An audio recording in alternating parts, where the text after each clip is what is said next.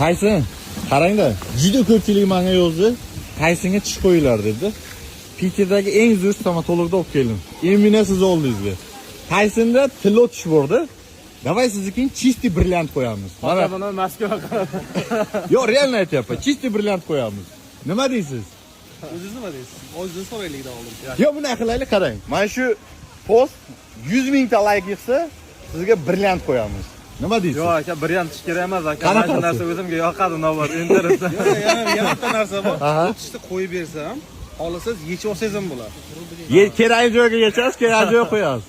Nastoyashi brilliant bo'ladi. Anladi aka. Bo'lmay yurgani yaxshi aka. O'zimga shu narsa yoqadi, chunki o'zim ham qo'ydirmayapman. Navbat olib tashlagan tishim qo'ysam, olib tashlamasdim agar boshida. Olib tashladimmi, qo'ymayman o'shancha tishimga.